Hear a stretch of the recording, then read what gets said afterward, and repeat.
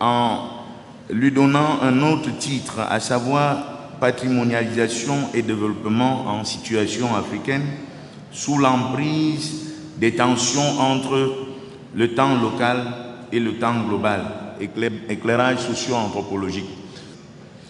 La question centrale que nous nous sommes proposés de répondre, à laquelle nous nous sommes proposés de répondre, c'est comment concilier patrimonialisation et développement à l'heure de la globalisation, si tant est que la mise en patrimoine est aussi une conséquence du temps global qu'une stratégie locale de mise en route du changement social de la vie quotidienne. Pour arriver à tenir notre propos, nous l'avons subdivisé en trois principales parties.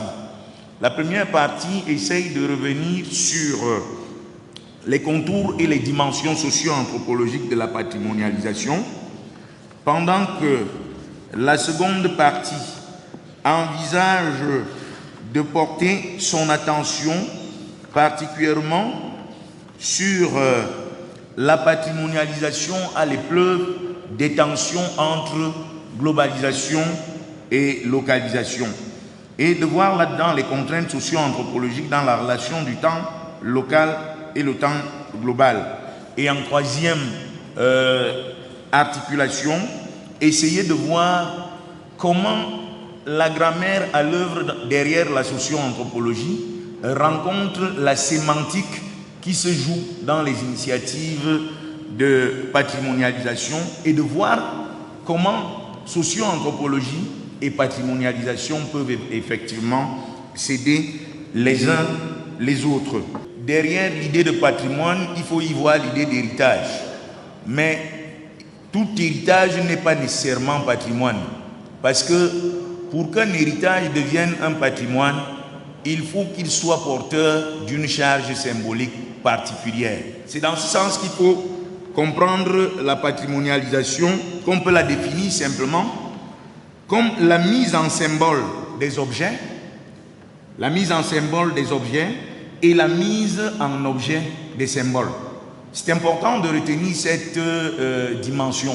En réalité, on est en quête d'une sublimation d'un âge d'or, pour en réalité retrouver une trajectoire qui hier était valorisée et une trajectoire qui peut servir de ressort pour, au fond, arriver à se projeter dans l'avenir à partir des références qui sont propres à son existence. Là, on peut dire que ce n'est pas toujours en réponse à une insécurité, mais c'est parfois en réponse à une volonté de saisir des potentialités qui sont offertes par la globalisation pour arriver à tirer le maximum de profit et arriver à améliorer le quotidien des populations et à améliorer les manières de vivre des uns et des autres.